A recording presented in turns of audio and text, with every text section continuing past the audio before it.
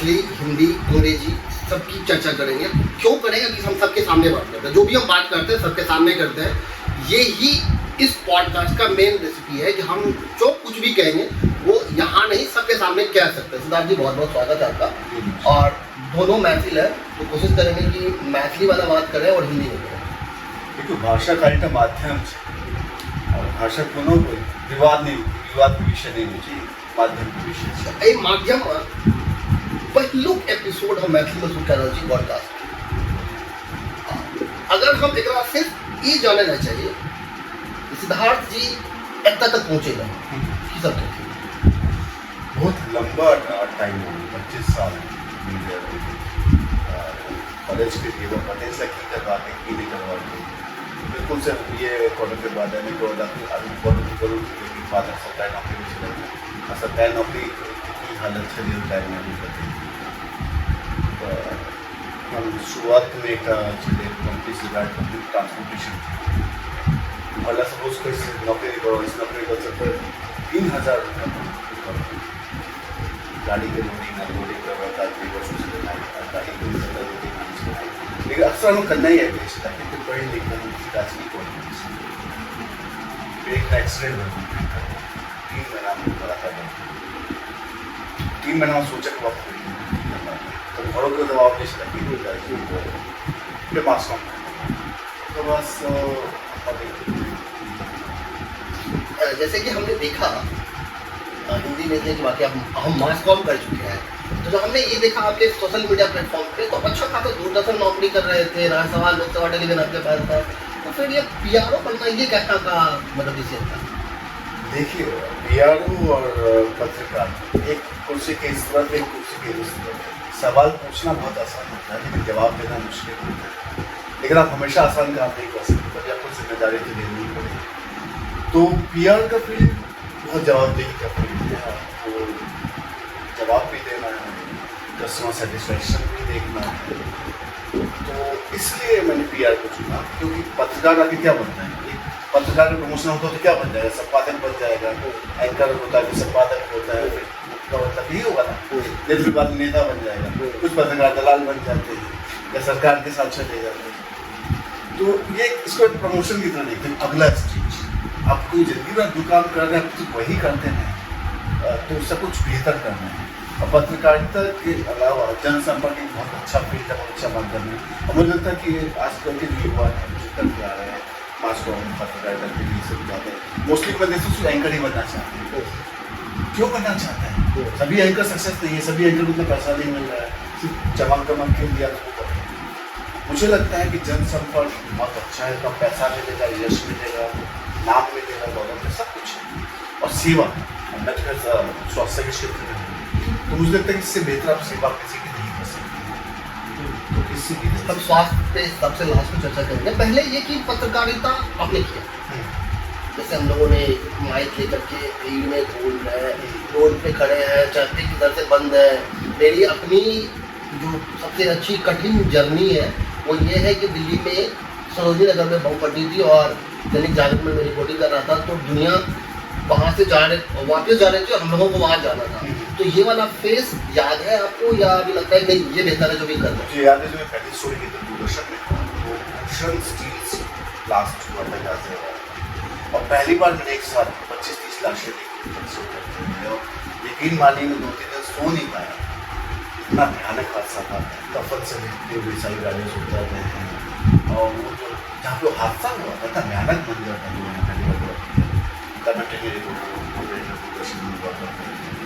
आज क्यों चीज़ें याद है क्योंकि मैं लोकसभा की बात नहीं कर मुझे याद है 5-6 साल पहले ये छत्तीसगढ़ में बहुत सी महिलाएं जो बेगा औरतें हैं मारी गई थी उनकी गलत ऑपरेशन की चलती छोटे छोटे बच्चे थे देखना दिल है कैसे नकली दवाइयाँ हैं ये सब चीज़ें ये सब उन्होंने किया है। हालांकि हमारे सरकारी संस्थानों में जब करते हैं तब लिमिटेशंस की होते हैं लेकिन लिमिटेशंस के अलावा जो आपका अंतर मन है वो भी तो देखता है। कौन सा ऐसा अनुभव है जिसको आप देख करके आप खुश हो जाते हैं कि हमने ये पत्रकारिता को चलाया? मुझे बहुत खुशी होती है जब मैं पॉजिटिव बात देखिए नेगेटिव पत्रकारिता बहुत था लेकिन देश में अच्छा क्या ये बताने वाले पत्रकार ने मुझे और पॉजिटिव पत्रकारिता की शुरुआत हुई मुझे याद है देवास का एक गाँव था, वहाँ पे देवास को ट्रेन से पानी था, लेकिन आज की तारीख में 10,000 से ज़्यादा था पानी। हाथ से गड्ढा खोदेंगे तो पानी आ जाएगा। और वहाँ का किसान अपने बच्चों को ये नहीं कहता कि भैया तुम्हें ये नौकरी करो, किसान ही बनो, क्योंकि किसानी के बल के रूप में ज्ञान हासिल नहीं किया है, गरीब से गरीब किसान नहीं किया है, आज हम माला माल है। ऐसी बहुत सी स्टोरी है। उफरे खाल में जहाँ पे हर साल जंगलों में उत्तराखंड में आग लग जाती थी, वहाँ गाँव वालों ने क्या किया, वहाँ पे एक सचिन भारती जी नाम लिया जाता है, उन्होंने हर पेड़ के साथ गड्ढे में पानी आता था, इससे तो जंगलों में आग भी लगती थी। वो सब उन गड्ढों में पानी की वजह से एक नदी जो थी बहुत सालों से वो फिर से प्रचलित हो। ऐसी तमाम स्टोरीज आपको देखने को मिलेगी पानी के क्षेत्र में। मुझे खुशी होती है कि मैं जैसे कि लापोड़िया की जगह राजस्थान में वहाँ पे पानी पे काम करता हूँ। ऐसे तमाम जो लोगों को जानना चाहिए, और इसी से अभिभूत बातें मैंने एक सीरीज स्टार्ट की थी संसद टीवी में, अच्छी खबर सच्ची खबर, जो ऐसे लोगों को आगे लाता था जिसने समाज को बदलाव किया। देखिए हम तो समाज से लेते हैं, सरकार से लेते हैं, हम दे क्या रहे हैं। मुझे तो पत्रकारिता में रहकर भी आप दे सकते हैं ऐसे लोगों की बात आप पहुँचाते हैं। ऐसे तमाम स्टोरीज। अगर हम बात करें कि पत्रकारिता छोड़ दिया तो आपने यहाँ गवर्नमेंट में थे और गवर्नमेंट में ही आए, संदेश क्या देंगे उन लोगों को जो गवर्नमेंट में रहे करके गवर्नमेंट में जाना चाहिए? उनके सरकार में रह करके एक चीज़ बहुत अच्छी है कि आपकी रोजी रोटी का संकट का जो होता है कि 30 तारीख को तनख्वाह आएगी कि नहीं आएगी, 2 महीने बाद कॉन्ट्रैक्ट बढ़ेगा नहीं बढ़ेगा, मालिक का बना देगी, ये चिंता नहीं है। लेकिन सरकारी में एक चीज़ है, आप जितना एक्सप्लोर प्राइवेट में कर सकते हैं, जितना राइज कर सकते हैं, अगर आप सही दिशा में सही काम कर रहे हैं, सरकारी में आपके कहीं ना कहीं आपके एक बैरियर है, उसके आगे आप नहीं कर सकते। निश्चित सैलरी है, निश्चित स्टेटस और सैलरी कर सकते हैं। और अगर आपको सरकार से सवाल पूछना है तो आपको सरकारी में नहीं लेना चाहिए। पत्रकार वो है जो सरकार से सवाल पूछता है। तो ये चीज़ कहना कहीं मुझे छोड़ के सरकारी चलन देते हुए तो प्राइवेट में रहते हुए आप अच्छा कर सकते हैं, बशर्ते अपनी पत्रकारिता को जिंदा रखें, अपने प्राइवेट। आज के डेट में जो लोग पत्रकारिता कर रहे हैं, क्योंकि आप उस जमाने में पत्रकारिता कर रहे थे जब सोशल मीडिया की इन्फ्लुएंसिंग नहीं, सोशल मीडिया नहीं के बराबर ही था, कोई कहीं कुछ भी नहीं चल रहा था। वहाँ से और यहाँ आज के डेट में आपके पास बहुत सारे यूट्यूबर फोन करता होगा कि हमको उसका बाइट चाहिए, हमको ये वीडियो चाहिए, इस तरीके की वीडियो चाहिए। कैसे फेस करते हैं और कैसे आपको लगता है कि ये वीडियो हमको बना के देना है, वो आके बनाएगा, किस एक्टिविटी को आप फॉलो करते हैं? देखिए, तकनीक निरंतर बदलाव के दौर से गुजरती है। सोशल मीडिया में पेज करने नहीं था, सोशल मीडिया था और दर्शकों तक जानकारी लिमिटेड एक्सेस में पहुँचती थी। लेकिन लिमिटेड एक्सेस भी जो होता था, जो हम जानकारी देते थे, उसके पीछे हमारी जवाबदेही थी। आज जवाबदेही नहीं। ऐसे तमाम यूट्यूबर्स मिल जाएंगे जो आज हम अच्छा करने वालों कभी नहीं है, और गाँव देहात ऐसे से भी आ रहे हैं। टिकटॉक का जमाना हमने देखा ही, किस तरह से स्टोरीज बना रहा है, तो अच्छी चीज़ है। लेकिन जवाबदेही की जो है कमी है इस यूट्यूब पत्रकारिता में। अब ऐसे बहुत से लोग हैं जो अनुभव लेने के बाद जब आते हैं अच्छा कर रहे हैं। अब से तमाम नाम यूट्यूब चैनल्स हैं जो किसी भी टीवी चैनल से ज़्यादा कमा रहे हैं, देखिए भी ज़्यादा। तो उन्होंने कुछ एक्सप्लोर किया, लेकिन बिना किसी तैयारी के आप सीधे ही आप आ जाए तालाब में मछली जाल फेंक के मछली पकड़ लें, ये मुझे कहीं ना कहीं। अगर हम इससे आगे बढ़ते हैं, आपने मास कम्युनिकेशन किया, ज्ञान वाला एक्टिविटी में लोगों के साथ इन्वॉल्व रहा, अभी आप स्वास्थ्य के एक हॉस्पिटल, आयुष के एक हॉस्पिटल है जिसमें आप पीआर देख रहे हैं। बहुत कठिन होता होगा एक बीमार आदमी को सही समय पे वेट करवाना कि आप वेट करो, डॉक्टर से अभी नहीं है, ये कठिन है, ये सिर्फ पर्ची बना के ज़्यादा कठिन है? आपने बहुत से सवाल किया है, लेकिन मैं डिजिटल वो कहना चाहता हूँ। मैंने शुरुआत से ही शिक्षा, स्वास्थ्य, पर्यावरण ऐसे विषयों को लेकर मैंने काम किया, और स्वास्थ्य में भी आना मेरा एक, मुझे लगता है कि एक सोचा समझा था या जाने अनजाने आया। तो मैं खुद बहुत से स्वास्थ्य के सोच रहा था। मम्मी पापा दोनों किडनी के पेशेंट थे, फिर मेरी वाइफ को भी जब जन्म की उसकी दोनों किडनीज खराब हो गई, तो हॉस्पिटल्स के चक्कर लगा था, फिर दवाइयों की बहुत मुश्किल दौर में निकली है 7-8 साल। हालांकि उसको ट्रांसफर, लेकिन मैं चूँकि पत्रकार था तो मेरे लिए थोड़ा सा, लेकिन जब आम आदमी को देखता था कि आप लाशों के ऊपर से लांघते हुए जाते हैं, लोग बिलख रहे हैं, कोई फर्क नहीं पड़ता। तो कहीं ना कहीं आपके, या मैं मैं तो वो भी देख रहे थे एम्स के बाहर लोग सर्दियों में ठीक तो उनके परिवार वाले बैठे हुए तो हालांकि अब तो ठीक है उतने शेड्यूल आ गए सरकार ने उनसे प्रयास किए वो कम करने के लिए लाइनों से बोझ को कम करने के लिए। नहीं तो अब आज से 15 साल 10 साल पहले की हालत देखेंगे क्या बुरी हालत थी, लेकिन क्या कर मतलब क्या आपने एम्स का चर्चा किया, मतलब ऑल इंडिया मेडिकल इंस्टीट्यूट जो वहाँ अंसारी नगर में है। हाँ तो आपने सुना होगा कि उसी एम्स में एम्स मिनिस्टर को मार दिया गया था। तो उनको वहाँ की जो सिक्योरिटी गार्ड में लोग खड़े थे उन्होंने उनके ऊपर हाथापाई की। अब चूंकि अब एक दूसरे आयुर्वेद के एम्स में आप एक अच्छे पोस्ट पे हैं और यहाँ की हर एक्टिविटी आपको पता होता है, तो क्या ऐसा घटना यहाँ हो या यहाँ ना हो ऐसी उम्मीद करते हैं? देखिए मानव स्वभाव ही अब मुझे नहीं पता कि उनके जो मानसिक अवस्था से गार्ड गुजर रहा है, गार्ड ने जो किया बिल्कुल गलत है, ऐसा नहीं होना चाहिए। लेकिन क्या होता है ना रोज की बात उनके लिए हो जाती है, उनको नहीं फर्क पड़ता वो एक समय की बात की कौन क्या है, आम आदमी है खास आदमी है, उनको पूरी जानकारी एक्सेस होती कि नहीं है। तो बहुत ही धैर्य का काम है, चुनौती का काम है, गार्ड को ऐसा करते हैं। लेकिन ऐसी गलतियाँ होती हैं, ऐसा नहीं चाहिए। यहाँ पे भी ऐसा नहीं का अवसर है, हाल ही में एक गार्ड के हाथ में किसी ने काट लिया बुलडोजर से, और लेकिन हमने पुलिस वैसे नहीं किया।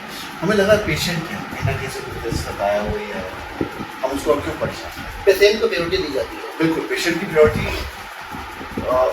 स्वास्थ्य क्षेत्र में पेशेंट की संतुष्टि, अब पेशेंट को प्रायोरिटी नहीं दी तो आपने क्या करें। और अगर हम सिर्फ इसको इस लहजे से देखें कि क्या एक वो बिहारी जो अपने गांव में सीधा पढ़ाई कर रहा है, बीए कर रहा है, ऑनर्स कर रहा है, उसको ये नहीं पता कि मुझे करना क्या है, तो उसके लिए सफर यहाँ तक पहुँचने का सफर के क्या आप संदेश देंगे कि वो सही रास्ते पर चल रहा है?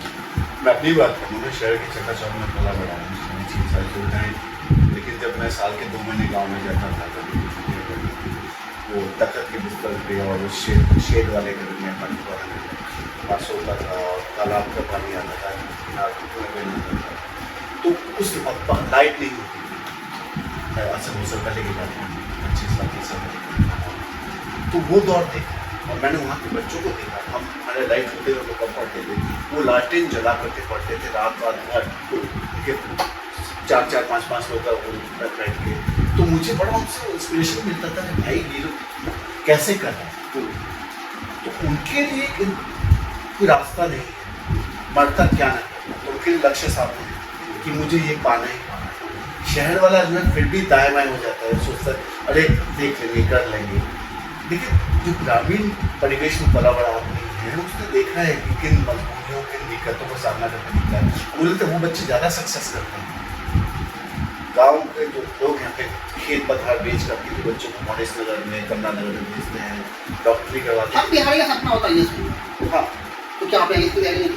नहीं मैंने बिल्कुल नहीं की, तो मुझे लगा नहीं कि मुझे करनी चाहिए। तो फर्स्ट टाइम से आपको पता था कि मुझे सिर्फ जर्नलिज्म करना है। हाँ और आपने जर्नलिज्म करके यहाँ तक क्योंकि देखिए जो IAS में जो असफल होता है वो पत्रकार नहीं बनता है। ऐसे सैकड़ों एग्जाम्पल में अपने आसपास दोस्त है मेरे जो पत्रकारिता की पढ़ाई करते करते लास्ट वो IAS की पढ़ाई करते पत्रकार बनते। उन्होंने कहा 4 साल 5 साल 10 साल वहाँ बर्बाद किया, यहाँ कर लेते पहुँच जाते। क्या संदेश देंगे उन लोगों को जो मीडिया में अभी 20-22 साल 25 साल की जर्नी खत्म करने के बाद एक जनरेशन गैप दिख रहा है, उनको डिजिटल की इतनी समझ नहीं हो पा रही है, या ये कहिए कि उस आज भी सोशल मीडिया पर जाने में शर्म आ रहा है कि मुझे मेरे वीडियो मेरे घर वाले देखेंगे तो क्या कहेगा, और उन्हीं के द्वारा जो बच्चों को इंटर्न किया गया तैयार किया गया है वो उन बच्चों का जब वीडियो का व्यू देखते हैं उनको लगता है कि यार मैं भी कर पाता हूँ। देखिए आपको निरंतर खुद को अपडेट करना होगा, किसी भी फील्ड में आपको अपडेट करना ही है। अब जो सरकारी सचिवालय कार्यालय में लोग काम करते हैं उनकी भी रेगुलर जो है उनके लिए भी ट्रेनिंग्स होते हैं, कैपेसिटी बिल्डिंग्स प्रोग्राम्स होते हैं। तो एक पत्रकार के लिए क्यों नहीं, पत्रकार को क्यों लगता है कि जो मैं कर रहा हूँ बस उसी में हूँ।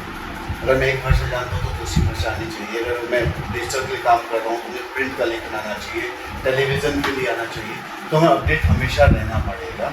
और रही शर्म की बात, अब मैं अपना एग्जाम्पल देता हूँ, मेरी छोटी बेटी ने कुछ टाइम पहले अपना स्टार्ट किया, देर से करती थी, अब मुझे आश्चर्य उसके रातों उससे 1 महीने में थोड़ी सी तब 3.5 महीने उसके 10,000 फॉलोअर्स हो गए। हालांकि उस बात में डांट के उसको बंद करवा गिल्टी फील हो रहा है कि तो मेरी बेटी 10,000 फॉलोअर लेके बैठी हुई है, मेरे पास 2 गिल्टी ने मुझे लगा कि किसी के लिए पढ़ाई से सफल होगी। लेकिन वो उसका स्किल है, उसका लैंग्वेज, उसका प्रोनाउंसिएशन, उसकी एबिलिटी। क्यों जो छोटे बच्चे होते हैं टेक्नोलॉजी को बहुत जल्दी अडॉप्ट करते हैं। यहाँ पे एक सवाल उठ के आता है कि हम लोग मिलेनियम जनरेशन के लोग हैं, हाँ। और जेन जी जनरेशन के जो लोग हैं, बहुत डिफरेंस है दोनों के IQ लेवल में, हाँ, बहुत डिफरेंस है। और चूंकि हमारे घर में जैन जी है, हाँ। हम उसके एक केयर टेकर है, कितना संभाल पाते हैं उनको कि यार ये मत करो और ये कर लो। देखिए वो करना पड़ेगा, आप चाहते हो ना चाहते हुए भी हमें बहुत से चीज़ों का ख्याल रखना पड़ता है। क्योंकि जनरेशन अगली है, वो हमारी ही तो है। तो जो कुछ थोड़ा देखिए, हमने बहुत ज़्यादा बोझ सहा है पुरानी पीढ़ियों का, पुरानी परंपराओं का, सनातन संस्कृति का, अपने परिवेश का। तो कुछ तो उनसे भी उम्मीद करते हैं, और वो ज़रूरी भी है। क्योंकि तकनीक में और मॉडर्नाइजेशन के चलते आप सारी चीज़ें भूल कर के आप आगे चले जाएँ, वो अच्छी चीज़ भी नहीं होगी। क्योंकि समाज किस तरफ जाएगा? आज जो मिथिला का ये हाल देख रहे हैं, आप बिहार का जो हाल देख रहे हैं, या ग्रामीण परिवेश जो टूट रहा है, इसी वजह से तो टूट रहा है कि हम अपनी विरासत की, अपनी धरोहर की चिंता कर ही नहीं रहे, अपने सभ्यता, अपनी भाषा की हम चिंता ही नहीं कर रहे। ठीक है, फ्रेंच, इंग्लिश, जर्मन जो कुछ बोलिए, लेकिन मैथिली भी तो बोलिए। तो हम उसको कैसे भूल सकते हैं? वो हमारे रूट्स हैं। हम अपनी ज़मीन को कैसे छोड़ सकते हैं? भले हम दिल्ली में अमेरिका कहीं भी चले जाएँ, क्योंकि आज भी अमेरिका का आदमी बिहार में जाकर मुंडन जनेऊ करवाता है, शादी करवाता है, और साल में 1-2 ऐसे कार्यक्रम होते हैं, जब छठ होता है, तो सब एक साथ एकजुट होते हैं। तो नई पीढ़ी को भी उसे जोड़ना होगा। अगर हम काट देंगे तो बहुत बड़ा कम्युनिकेशन गैप हो जाएगा, और हम अपने मीडिया में हैं, उस गैप को कम करने के लिए ही बने हैं।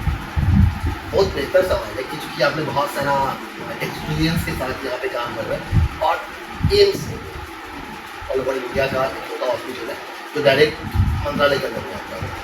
यहाँ पे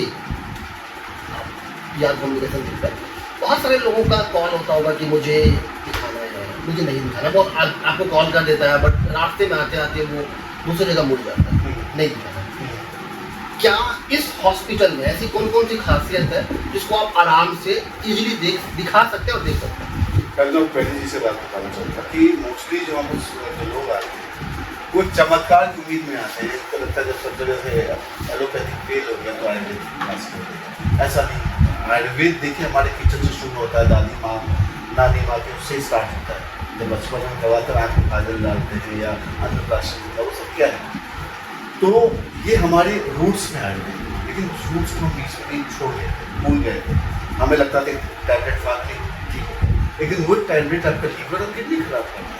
अपनी वाइफ की बात करता हूँ, कभी सर दर्द और बुखार और टैबलेट, लेकिन उस एक टैबलेट में टोसिन हो या फिर पेन किलर हो आपकी लीवर डैमेज, किडनी डैमेज कर सकता है। बजाय उसके कि आप कुछ आयुर्वेदिक उपाय देते हैं, वो ज़्यादा अच्छा था ना। तो इसलिए ये हमारे रूट्स में, हमें रूट्स की तरफ लौटना होगा। और मुझे इस बात की खुशी है कि जो नए कार्यकाल में पिछले 11-12 साल में आयुर्वेद को लेकर के बड़ा बदलाव आया है। और जो युवा, अपने ही बात करें, हमारा तो आयुर्वेदिक हॉस्पिटल है, गोवा में BMS से पढ़ाई होती है, BSc, बड़ी संख्या में लोग आते हैं, तो बहुत ही टैलेंटेड आते हैं। तो उनको पता है आयुर्वेद में एक अच्छा स्कोप है, इसलिए वो आते हैं, और लोगों को आयुर्वेद में आना भी चाहिए। और आपको मैं सवाल किसी रिपीट आप चाहेंगे थोड़ा सा, दूसरा पार्ट भी आपने पूछा था कि कई लोग यहाँ लोग आते हैं और उनको इमीडिएट ऐसा लगता है कि मुझे नहीं जाना, मुझे मतलब मेरी परेशानी बढ़ती जा रही है, मुझे इस वाले एम्स नहीं जाना, मुझे उस वाले एम्स जाना है। देखिए धैर्य, आयुर्वेद आपसे धैर्य मांगता है। आप इसका भी जो थीम होता है हर घर हर दिन आयुर्वेद में कुछ इंजेक्शन नहीं कि आपको दिया आपको पेन ठीक हो गया, आपको दिया बुखार आपको उतर गया। देखिए आपको जो बुखार है ये एक्चुअली बीमारी नहीं है, सिम्टम है किसी को जो शो कर रहा है। जैसे थर्मामीटर में इंडिकेट है किस वजह से हो रहा है। आयुर्वेद वात पित्त कफ इन दोषों के समाधान पे काम करता है, और थोड़ा टाइम टेकिंग जरूर है, लेकिन परमानेंट इलाज करता है। ऐसे बहुत से केसेस मैंने आयुर्वेद को देखे हैं, मैं नाम तो नहीं लूँगा क्योंकि तो बड़ी बड़ी सेलिब्रिटीज भी हैं, मारुति भी मीडिया से जुड़ी हुई है, नेता भी है, पॉलिटिकल सब बहुत सारे नेता का एक केस आया था, एम्स से था, उसके फादर जो है कर्नल है, और उसका बेटा BHA में शेयर करता है, और उसका एक्सीडेंट हुआ तो कोमा में। वो जो फर्स्ट टाइम यहाँ पे आता है से चलने फिरने की और देखने की हालत में नहीं था। आज की तारीख में उसके 3-4 एडमिट हो गए, बहुत अच्छे से चल रहा है, बात कर रहा है। मेरे ख्याल से 6 महीने बाद फिर से काम करने के लायक होगा। एक को एवियन था, एवियन में क्या होता है कि प्रॉब्लम होती है, लिए चेंज करना पड़ा वर्ड में जाए उसके, तो लेकिन वो बिल्कुल ठीक हो गया। डॉक्टर आपको घुटने में प्रॉब्लम हुई, आप कहीं और जाएंगे उसको घुटने बदलाव आने से देगा, लेकिन आयुर्वेद जो है आपको घुटने को 5 साल 10 साल या उसमें परमानेंटली उसको उसी कंडीशन में आगे बढ़ाते रह सकते हैं। तो हमें आयुर्वेद को भरोसा करना पड़ेगा। शॉर्टकट किसी भी चीज़ का अच्छा नहीं होता, ना करियर का ना इलाज। तो एलोपैथ एक तरह से शॉर्टकट है, और आज की तारीख में तो मैं कहूँगा कि मॉडर्न मेडिसिन आयुर्वेद का अच्छा तालमेल है। कोविड के टाइम में देखा, कोविड के टाइम में यहाँ पे 200 बेड पूरे भरे और एक भी डेथ नहीं हुआ। जब पूरी दिल्ली के हॉस्पिटल में मर रहे थे, यहाँ एक भी डेथ का केस नहीं। तो ये आयुर्वेद हमने एक काढ़ा बनाया था आयुर्वेद के लिए, दिल्ली पुलिस के 80,000 जवानों को मिल गया, किसी को कोविड 80,000 पुलिस वो काढ़ा हम आज भी। तो ये आयुर्वेद का ज्ञान है जो मॉडर्न टेक्निक के साथ और बेहतर कर रहा है। अब तो AI भी आ गया है ना, तो आयुर्वेद और बेहतर करेगा, उसमें नए नए रिसर्च हो रहे हैं। तो मुझे लगता है कि आयुर्वेद का बहुत बड़ा सुनहरा भविष्य है। लोग विदेशों से आते हैं, हमारे गोवा में आयुर्वेद का बहुत बड़ा मोस्टली लोग फॉरेनर्स आते हैं आयुष वीजा लेकर। क्या अपने देश में इलाज नहीं करवा सकते हैं ना, सारी तकनीक है, फिर यहाँ क्यों आगे करवाना? इसकी वजह है कि आयुर्वेद जड़ से खत्म करेगा। इस आयुर्वेद में और जो हमारे किचन में हॉस्पिटल में अब टैबलेट फॉर्म में दवाई होती है, और हमारे किचन में लिक्विड फॉर्म में या फिर पाउडर फॉर्म में है, वो कितना कारगर है बजाय इसके कि जो आप लिक्विड फॉर्म में या टैबलेट फॉर्म में देते हैं? देखिए, किचन जो है ना, किचन हमारे लिए माँ है। माँ पे जैसा पोषण करेगी आपका शरीर, आपको फ्यूचर वैसा हो। किचन से आप जंक फूड खाना शुरू कर देंगे और पूरी तमाम निरामिष चीज़ें हैं वो सब आप यूज़ करेंगे, तो आपका क्या भविष्य हुआ, आपका कैसा शरीर बनेगा, बीमारी ग्रस्त हो। तो किचन से शुरुआत करेंगे तब टैबलेट फॉर्म में आने की जरूरत क्यों पड़ेगी, और फिर भी पड़ेगी। देखिए, किचन में लिमिटेड एक्सेस है, बहुत ज़्यादा जाना आप कड़ी पत्ता यूज़ कर लेंगे, जीरा यूज़ कर लेंगे, काली मिर्च यूज़ कर लेंगे, या मुलेठी यूज़ कर लेंगे, गला खराब सब चीज़ें करेंगे, है ना। लेकिन जब आप किसी बीमारी में आते हैं तो ये डॉक्टर आपको देखते हैं बात बढ़ा हुआ है, पित्त बढ़ा हुआ है, मुफ्त बढ़ा हुआ है, किस वजह से हो रहा है, उसके अनुसार आपको मेडिसिन देते हैं, समाधान देते हैं। और आयुर्वेद सिर्फ दवाइयाँ नहीं है, ये आपका पूरा शोधन करता है, अंदर से भी बाहर से भी। आपने पंचकर्मा सुना होगा, पंचकर्मा को बहुत से लोग जाने से मसाज समझते हैं, चाहे लेकिन पंचकर्मा से इतना नहीं है। पंचकर्मा में वमन भी होता है, बस्ती भी होती है ना, और तमाम चीज़ें जिससे आपको इंटरनली आपको वो किया जाता है, आपको लूज मोशंस के थ्रू, और बहुत सारी चीज़ें हैं। तो ये पूरा विज्ञान है, और उसके लिए कोई आपको अच्छा आयुर्वेद का जानकार है तो जरूरी है। घर पे तो काम कर सकते हैं, लेकिन घर से आप बेहतर रहेंगे तो आपको इसकी नौबत ही नहीं है। हम आते हैं पर्सनल समझ पर, क्योंकि हम लोगों ने पढ़ाई के ज्ञान ले लिया, हॉस्पिटल में देख लिया आप सब कुछ। अब हम आते हैं पर्सनल कॉलेज लाइफ का कौन सा ईयर जो है वो मिस कर रहे हैं यहाँ बैठ करके, जब लगता है कि यार वो दोस्त को फोन कर लेते टाइम पास हो जाएगा। देखिए, मिस कॉलेज लाइफ तो ठीक है, अमेजिंग और निश्चिंत होता है, मुझे ये चिंता नहीं करनी थी कि मुझे अगले सेकंड क्या करना है, कल क्या करना है, भाड़ में जाकर दिखा है। लेकिन मैंने बहुत अच्छी आदत रखी है, रोज़ सुबह और शाम उस कॉलेज स्टूडेंट को फ़ोन करता हूँ, आते और जाते। मैं 2 घंटा ट्रैफिक में सुबह और शाम नहीं करता, 4 घंटा।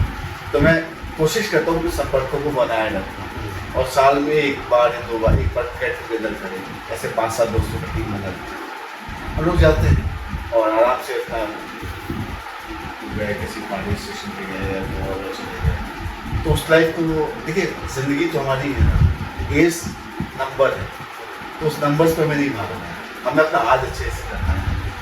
क्योंकि देखिए, आयुर्वेद भी तो ये कहता था मन से भी, तन से भी, हर तरह से आपको संचित करना, तो उसके लिए अच्छे दोस्त, वो अच्छी मेमोरीज, वो सब होना ज़रूरी है। सोशल मीडिया पे देखा कि फोटो का बहुत शौकीन है, तो ये कैमरा वाला पोज आपका रहता है या हर फोटो वैसे ही रहता है? नहीं, फोटो का शौकीन नहीं है, हालांकि करना पड़ता है, ठीक है, PR में है तो आपको अपने फॉलोअर्स भी चाहिए और अपने दोस्तों को भी बताना है, कुछ को जलाना भी है, वहाँ गए जलाना भी है, तो उसमें मजा आता है। और तो वो भी तो आपको जलाएगा ना, तो आपको इंस्पिरेशन मिलेगी, चलो वो गया था मैं भी जाऊँगा।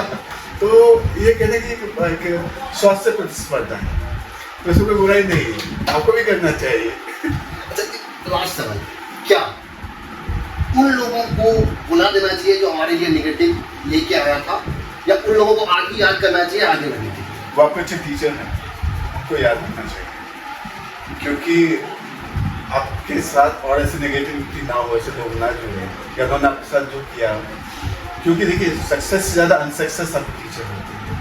तो ऐसे नेगेटिव लोग, पॉजिटिव लोग आपकी लाइफ में भगवान हो सकते हैं, लेकिन नेगेटिव लोग जो है ना, वो शैतान से कम नहीं, जो को याद रखना चाहिए। आप भूल जाएंगे तो फिर आपको अगले पल कौन आपके साथ कैसा धोखा करेगा कैसे पता है। धन्यवाद। फिर हम अगले किसी और ऐसे ही लोगों से मिलेंगे, ऐसे हंसते रहिए, मुस्कुराते रहिए, तब तक के लिए प्रणाम।